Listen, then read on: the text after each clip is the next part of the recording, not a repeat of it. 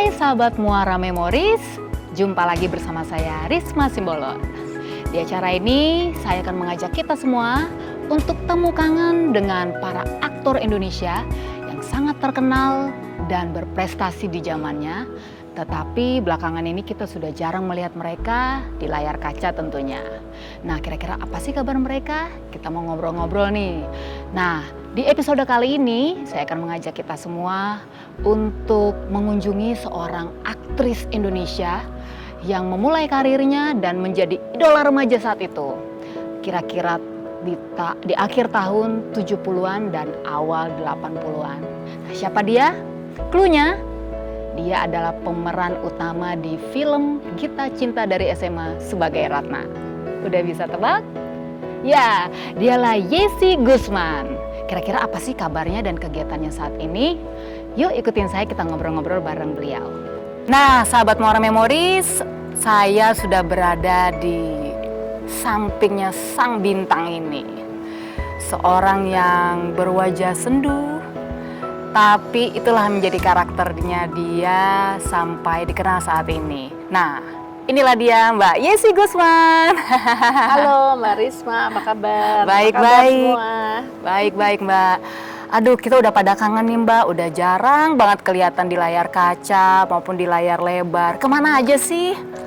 Alhamdulillah ada, masih Ada ya? tinggal di Jakarta. Baru mempunyai kabar gembira, baru punya cucu yang pertama. Wow, congratulations. Hampir sebulan usianya, cucu laki-laki, lucu banget, lucu sekali. Namanya Sydney Cakra. Wow, Sydney Cakra. Iya. Jadi lagi sibuk menjadi seorang oma dong ya? Dan saya panggil dia Ibu, dia panggil saya Osi, Oma Yesi. Oh, Oma Yesi. Iya, kita pengen ngobrol-ngobrol nih, mau napak tilas ya tentang karir Mbak Yesi dulu nih, pertama kali masuk ke dalam dunia acting. Itu tahun berapa sih, Mbak? Wah, kalau putar lagi ke situ lama banget ya. Iya. Nampaknya dunia itu seperti bolak-balik. Saya awali dulu dengan apa yang saya sekarang lakukan ya. Oke. Saat sekarang ini saya adalah dosen di London School Performing Arts, London School Jakarta ya, bidang Performing Arts. Lalu saya juga banyak bergerak di bidang pendidikan, seminar. Kebetulan saya juga ketua satu Ikatan Dokter PAUD Indonesia. Jadi banyaknya kegiatan di dunia pendidikan lah. Ini yang sekarang. Ya. Dan tapi saya juga menikmati kehidupan saya sekarang ini lebih banyak bisa mengatur waktu sendiri. Kemarin itu 10 tahun sering keliling Indonesia sampai ke ujung-ujung daripada Indonesia ini. Sekarang sedang menikmati waktu saya dan anehnya tiba-tiba karena juga jalannya Allah saya baru selesai syuting nih Mbak. Oh gitu. Iya, hari kemarin Senin kemarin hari terakhir syuting saya, filmnya judulnya FTV ya. Oh, FTV. Itu adalah Senyummu Surgaku, karya Wajah Sinema Indonesia, Sinema Wajah Indonesia, yang akan ditayangkan nanti di SCTV dalam waktu dekat ini. Yang tidak menyangka bahwa saya sudah lama pensiun dari film, tapi kok bisa kembali ke tempat yang dulu saya juga baru yang tadi Mbak tanyakan Iya. tentang sejarah filmnya. Nah, jadi saya ketika tahun 72 itu suka ikut drama teater anak-anak Kak Yana. Terus suka pentasnya di tim. Tahun 72. Itu usia berapa boleh tahu nggak? Waduh, waktu itu saya masih 12 tahun. Oh, masih SD kali ya Mbak ya? Kelas 6 itu saya senang main-main drama, terus diminta untuk jadi figuran-figuran bersama teman-teman teater itu di film Rio Anakku yang diperankan oleh Rano Karno dan Leni Marlina. Lalu setelah itu saya tentu aja senang ya dengan teman-teman mainnya di Taman Anggrek pada waktu itu, karena itu kan rumahnya Ibu Hartini. Nah, setelah itu kita syuting di sana, tamannya luas, kita makan-makan kue. Rupanya saudaranya produsernya akan membuat film berjudul Rio Anakku. Oh. Rio Anakku, tapi peran Romi dan Yuli, sorry. Romi dan Yuli. Di mana Yulinya belum ada. Nah, karena itu saya diminta untuk foto-foto. Saya ya pertama juga malu sekali. Dan setelah acara itu, saya juga sudah lupa setelah acara film Rio Anakku itu. Ya. Kira-kira 2 bulan kemudian produsernya itu satu tim datang ke Jakarta ke rumah. Nah, ke Dari rumah. luar kota? sebetulnya enggak sih, datang ke rumah maksudnya, saya tinggal di Jakarta oke. Selatan. Nah dia datang ke rumah terus mau ajak saya untuk tes kamera. Papa saya tentu kaget karena kok ini siapa ini mereka kan. Akhirnya saya juga malu sekali, sebenarnya dulu saya sangat pemalu. Tapi papa bilang ya kamu kalau nggak mau main film nggak apa-apa, tapi temuin mereka dari jauh-jauh datang bawa kamera kan. Akhirnya saya di tes kamera dan akhirnya terpilih jadi Yuli. Nah saat itulah hidup saya berubah dari seorang anak yang sering main dengan tetangga, main tak benteng, main apa yang semua serba santai dengan teman-teman, kok tiba-tiba sekarang tiap hari syuting, pulang syuting harus menemui penggemar dan lain-lain, berubah hidup saya. Dan pada zaman itu karena masih sepi, penggemar tuh bisa datang jauh-jauh di Tanjung Priok dan lain-lain. Itu setiap hari di teras rumah saya pasti ada tamu. Itu zaman itu belum ada HP kayaknya, Belum. Mbak ya. Tapi kayaknya kok mereka enteng-enteng aja gitu loh. Apa mungkin gampang kali ya naik kendaraan umum tuh nggak seperti zaman sekarang. Terima kasih ya Mbak Ratna. Jadi itu setiap hari kerjaan saya seperti itu. Kalau setiap kali liburan juga pasti akan menemui banyak penggemar yang harus dilayani dan minta foto-foto. Mbak, silakan minum Mbak. Oke, terima kasih. Itulah awal saya main film. Setelah itu kopi dulu. Saya penggemar kopi soalnya. Setelah itu saya main film itu Romi dan Yuli, Dunia Berubah. Saya masuk lagi sekolah Tarakanita. Memang di sekolah Katolik ya tidak boleh main film. Akhirnya berhenti lagi. Masuk SMA Negeri 6 Bulungan, itu memang sekolah seni ya, banyak ini. Akhirnya diajak lagi sama Mas Rano. Gitu main film Gita Cinta dari SMA, Puspa Indah dan selanjutnya. Iya ya. Sampai kelas 3 SMA berhenti pergi ke Amerika. Oh gitu ceritanya. Nah, pengen tanya-tanya nih sama Mbak Yesi. Waktu film Romi dan Yuli itu kan film pertamanya Mbak Sebagai peran utama. Oh, sebagai Kalau peran di Rio utama. Anakku yang tadi saya main bilang acara pesta di acara Rio di Taman Anggrek itu. Tapi itu kan sebagai figuran. teater kan? Enggak, dari anak-anak teater dipakai untuk sebagai figuran di tetap film Rio film ya. Anakku. Oke. Jadi memang semuanya memang harus dari bawah ya, dari figuran dulu, langsung produksi kedua jadi peran utama. Romi dan Yuli itu kan memang booming banget saat itu ya. Ya mungkin karena masih sedikit kali filmnya juga. Iya benar juga. Karena masih sedikit dan orang juga butuh hiburan, ketika ada film langsung. Dan Rano sudah terkenal waktu itu. Oh, saat itu Mas Rano Karno udah terkenal Dia sudah ya. mulai dari film Dul ya, Dul. Oh, si Dul malah sebelum Romi dan Yuli ya. Bukan Anak Betawi. Apa ya waktu itu filmnya apa sih? Si Dul yang asli, yang pertama original itu. Oh. Si Dul. Iya, Anak Betawi ya. Anak Si Dul Betawi. Anak Betawi. Yang sekarang baru Si Dul Anak Sekolahan ya. Iya, Ini iya. sudah Anak Betawi benar. Nah, gimana perasaan Mbak Yesi tuh langsung sama saat itu kan Mbak Yesi bilang udah terkenal Mas Ranonya, langsung beradu acting sama pemain yang udah cukup terkenal lah. Ya itu tadi saya katakan saya sangat grogi. Saya nggak punya kekuatan, keberanian untuk jadi pemain film sebenarnya. Tapi takdir mungkin ya. Kan tadi saya katakan pada hari pertama saya pikir cuma foto-foto aja apa gitu. Tiba-tiba ketika satu rombongan datang ke rumah mau tes kamera, saya itu udah grogi, demam, nggak bisa bangun, tidur, pura-pura tidur. Kalau bisa tuh bubar nggak jadi di take kamera soalnya saya sakit gitu kan. Tapi bapak saya bilang, itu orang udah jauh-jauh datang, kamu harus temuin dulu katanya. Kamu nggak mau main film terusan belakang. Yang masalahnya karena Rano udah ngetop, itu anak-anak satu kompleks sudah pada ngeliatin semua kan, saya malu sekali. Sedangkan mereka tuh teman-teman saya main tak benteng gitu kan. Diledek-ledekin ya namanya waktu itu kan baru kelas 6 SD. Malu sekali gitu saya. Jadi ya grogi deh pokoknya, nggak tahu seperti apa. Tapi kalau anak kelas 6 SD bisa berperan sebagai remaja yang pacaran tuh gimana ceritanya tuh Mbak? Sebetulnya kita tidak melihat itu konteks sebagai pacaran, itu lebih kepada persahabatan. Jadi dua orang anak ini kelas 6 SD adalah sahabat. Mereka dalam pengertian sahabat sering berbagi makanan, pergi ke sekolah sama-sama. Cuman masalahnya memang tidak diperbolehkan untuk main bersama oleh orang tuanya gitu loh. Jadi ya seperti itu. Tapi kan berjodoh akhirnya. Romi dan Yuli. Romi dan Yuli itu Mbak yang versi saya itu cuma kecil, anak kelas 6 SD. Oh gitu. Jadi bukan yang Romi dan Yuli yang Widiawati Sofan Sofyan. Oh. Itu beda lagi. Itu pengantin remaja. Pengantin remaja ya.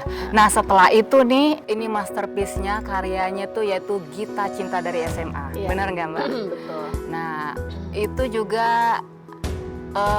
membuat lagunya juga dikenal sampai sekarang, Gali dan Ratna ya kan? Baru suka pinternya. itu karena filmnya meledak banget, jadi lagunya juga terangkat Mbak Yesi. Ya kan? Itu yang pintar produsernya, itu ada kisahnya juga itu. Cerita dong Produsernya kisahnya. itu namanya Tommy Indra, baru meninggal beberapa tahun ini.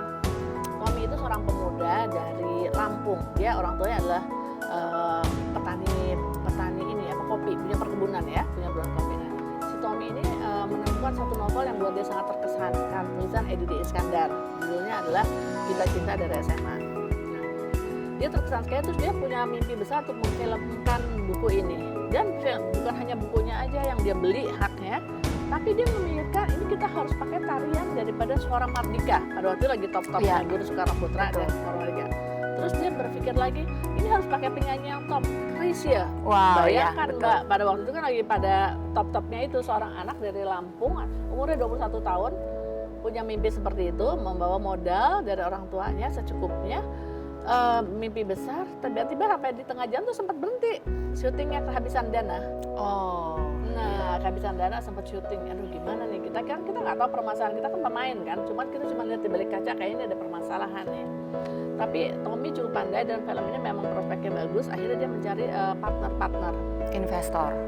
seumur-umuran dia juga. Jadi sebenarnya ini proyek anak muda pada waktu itu ya. Iya. Nah, akhirnya dapat itu akhirnya film itu memang meledak.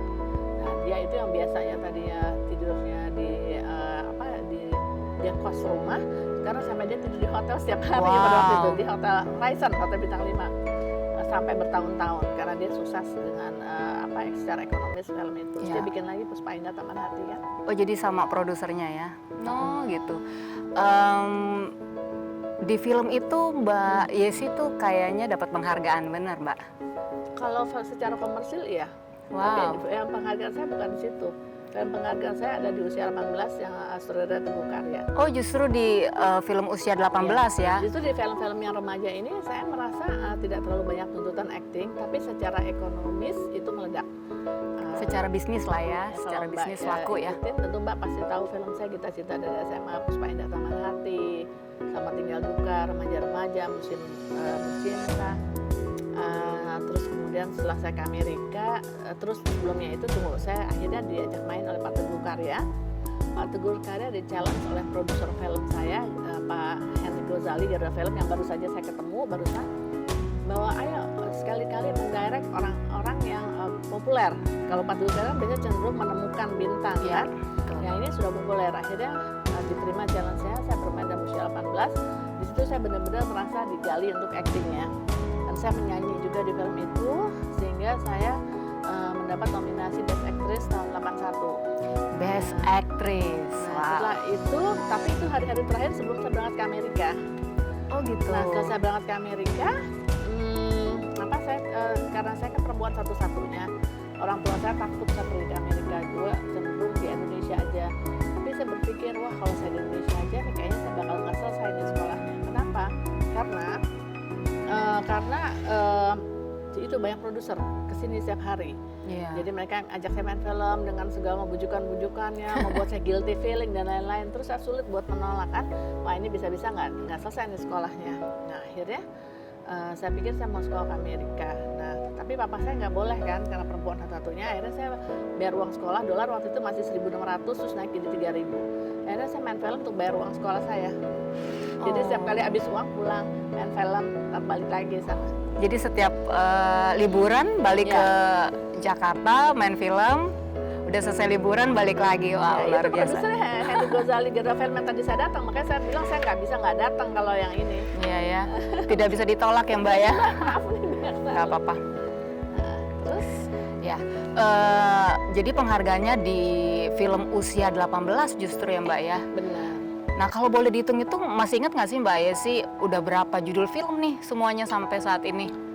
Terus terakhir itu saya main Umi Aminah, berapa ya? Mungkin sekitar 13-an deh Mbak. Umi Aminah itu tahun berapa? 2012. Oh jadi Aditya terakhir Gumai. 2012 ya, Aditya Gumai. Sutradaranya. Berarti ini ya Mbak ya, udah agak lama juga ya, 8 tahun lalu ya. Iya makanya justru ini kayak kemarin saya sempat grogi juga kok tiba-tiba. Saya pikir tuh masih 4 bulan lagi syutingnya. Nah kalau udah 4 bulan masih ada waktu buat latihan. Mungkin saya berubah pikiran, nggak jadi. Apalagi kalau punya cucu perlu perhatian. Nggak taunya minggu depan syutingnya kan saat FTV seperti itu ya. Iya betul. Tapi alhamdulillah itu kan sutradaranya Pak Kinoy ya, Azhar Kinoy Lubis ya, panggilnya Kinoy. Terus Azhar Amar itu produsernya. Sinema Wajah Indonesia itu miliknya sebetulnya Pak Deddy Miswarsi. Oh gitu. Jadi ceritanya bagus. Iya. Nah, kan sekarang Mbak Yesi udah nggak terlalu into the dunia acting ya Mbak ya. Sebetulnya dunia udah beda, makanya agak grogi juga. Agak grogi. Hari pertama. Tapi tetaplah kalau darah seni, Ternyata apalagi begitu. Itu ada cerita lucu. Bangkit lagi. Cerita lucu dong. Semalam sebelum saya besok mau syuting ya, saya sempat down loh, dia terus story nih. Saya sempat down, sempat grogi, aduh nih saya kayaknya salah deh gitu ya Pak. Saya bilang sama anak saya, apa mama ngundurin diri aja ya, diganti yang lain aja. Masa sih bisa berpikir gitu? Aduh, Aku nggak bisa Mbak, aduh. Ya ampun kan udah gitu ya, lawan mainnya terang muda karena ada masalahnya. apa tuh Karena Mbak? di dalam senyumku surgamu ini saya tuh peran utama. Wow, kembali lagi pikir- bener-bener back nih. Saya pikir peran sebagai ibu. Saya pikir oh ibunya siapa gitu. Paling main cuma berapa hari, apa cuman muncul-muncul sedikit. Selama 7 hari itu saya syuting terus Mbak. Wow. Jadi saya kaget juga gitu Iya. kan. Nah tapi terus anak saya ketawain. Saya ketawa, "Duh, kayak mama mau ini aja deh apa, mundurkan diri nih kayaknya daripada mengecewakan orang gitu ya." Anak saya udah ketawa, "Hi, mama tuh lucu. Mama pasti bisa kayak nyetir mobil aja. Dulu kan pernah, Iya. nyetir lagi, bisa lagi." Iya. Aduh, ya udah deh kuat-kuatin iman. Gengsi juga nih. Masalahnya produsernya kan teman aku ya. Nanti apa kata dia ya? Ya udah, hari pertama lumayan grogi sih terus terang. Tapi begitu kita udah into the character dan kita memang menyukai acting itu, ternyata semakin kita berusia tuh kita semakin banyak pengalaman-pengalaman batin yang memudahkan kita untuk mainkan peran dibandingkan ketika kita masih SMA. Itu hal yang pernah dikatakan oleh seorang sutradara beken, yaitu Bapak Soekarno M. Nur ya, dia sebenarnya aktor kawakan. Saya pernah bilang gini, "Om, saya mau nanya deh, kenapa Om ya kok saya mukanya tuh susah ya berekspresi? Kalau Om kok sedikit aja tuh mukanya kayak langsung berekspresi, apa dia marah, apa dia sedih, apa kok saya susah gitu." Saya bilang, padahal saya udah sepenuh hati rasanya. Terus dia ketawa, "Ya sini deh, kamu jangan khawatir masalah itu. Dengan kamu bertambah usia, kamu akan semakin banyak tabungan-tabungan pengalaman, sehingga nanti kamu akan muncul dengan sendirinya." Dia bilang gitu. Karena kamu masih waktu itu 17 tahun, ya kamu kan pengalamannya belum banyak. Iya betul, hanya dari ilmu teater itu dikembangin ya Mbak Iya. ya. Nah, kan Mbak Yesi tuh nggak hanya di dunia acting nih, tadi udah cerita di dunia pendidikan juga sangat concern. Kemarin tuh kayaknya Mbak juga nulis buku ya Mbak ya? Oh ya, itu kegiatan dengan gini. Jadi ketika Krismon tahun 98 itu Mbak, kan banyak toko-toko buku gulung tikar, Iya, betul.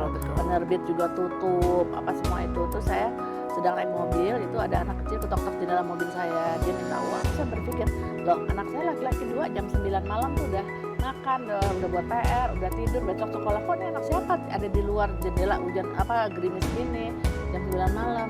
Nah pada waktu itulah momen itu membuat saya berpikir, apakah saya berpaling karena dia bukan anak saya, atau kita harus berbuat sesuatu ya. Nah saat itulah saya pikir kita harus berbuat sesuatu. Itu mulai didirikan taman bacaan. Kan Krismon waktu itu kan yang bakar-bakaran ada permasalahan kita di negara kita ya. Nah itu mulailah saya bikin taman bacaan di belakang rumah dari 1, 2, 3 sampai 13. Berarti deket sini dong? Ada di mana-mana. Oh, ada gitu. di Jakarta, di sini dan sampai Depok terus gitu. Karena ini dibantu oleh banyak relawan. Relawannya ada guru, wartawan, pengusaha, apa semua mereka ngajarin ilmu-ilmu, akhirnya berkembang sampai 350-an lebih ya mungkin yang meminta bantuan buku dan kita salurkan. Jadi mitra kita pernah dengan Bank Niaga, pernah dapat komputer dari BEJ. Kalau Bank Niaga itu program 1 juta buku. Jadi kita dapat buku dari customer Bank Niaga, dari karyawan Bank Niaga dan lain-lain. Akhirnya berjalan waktu saya juga ketemu seseorang yang minta saya menulis. Nah, akhirnya saya menulis buku tentang perjalanan taman bacaan ini. Jadi judulnya adalah Menyemai Kasih, Suatu Perjalanan. Nah, itu diterbitkan oleh Mizan. Waduh, senang sekali bisa ngobrol-ngobrol nih bareng Mbak Yesi Gusman. Nah, kita mau memberikan giveaway voucher sebanyak 3 voucher. Nah, buat kalian yang dengerin ceritanya Mbak Yesi dari awal sampai akhir pasti bisa jawab pertanyaan ini, ya kan? Nah, Mbak Yesi, Boleh dong kasih pertanyaan, katanya sih jangan susah-susah. Tapi terserah Mbak Yesi, mau kasih pertanyaan apapun, satu pertanyaan untuk 3 pemenang, yaitu Boleh. 3 voucher untuk semua penonton. Boleh. Ya. Saya akan mulai pertanyaan apa ya? Yang kira-kira nggak susah tapi nggak gampang. Iya dong, biar ada challenge ya. Bagaimana kalau saya tanyakan, apakah buku pertama judulnya Ya. yang saya tulis? Judul buku pertama yang tulis. Penerbitnya perlu nggak? Nggak usah ya, terlalu berat ya. Terserah Mbak. Kalau mau ditambahin pakai penerbitnya boleh. Ya. Tapi paling nggak minimal judulnya aja. Oke, judul buku pertama yang ditulis langsung oleh Mbak Yesi Gusman, silahkan tulis di komen ya. Semua penonton boleh ikut, nanti tim kita akan menentukan 3 pemenangnya dan akan dikontak langsung. Oke, nah makasih banget nih Mbak untuk waktunya yang sibuk sekali. Kita masih nunggu nih berita-berita dari Mbak Yesi, apalagi tadi tuh yang film terakhir, aku pengen nonton. Terus karya-karya berikutnya kita masih tunggu karena banyak banget yang kangen kalau bisa kembali ke dunia acting lagi, ke layar kaca, ke layar lebar. Pasti mengobati rindu kita semua. Nah, ditunggu aja nih semua sahabat Muara Memories, harus nunggu cerita terbarunya. Dan jangan lupa nonton Senyumku Surgaku. Senyumku Surgaku. Senyummu Surgaku. Senyummu Surgaku. SCTV. Di SCTV. Oke, terima kasih untuk kebersamaan kita pada saat ini. Kita akan mengunjungi aktor-aktor Indonesia lainnya tentunya di episode berikutnya. Terima kasih, saya Risma Simbolon, undur diri. Salam.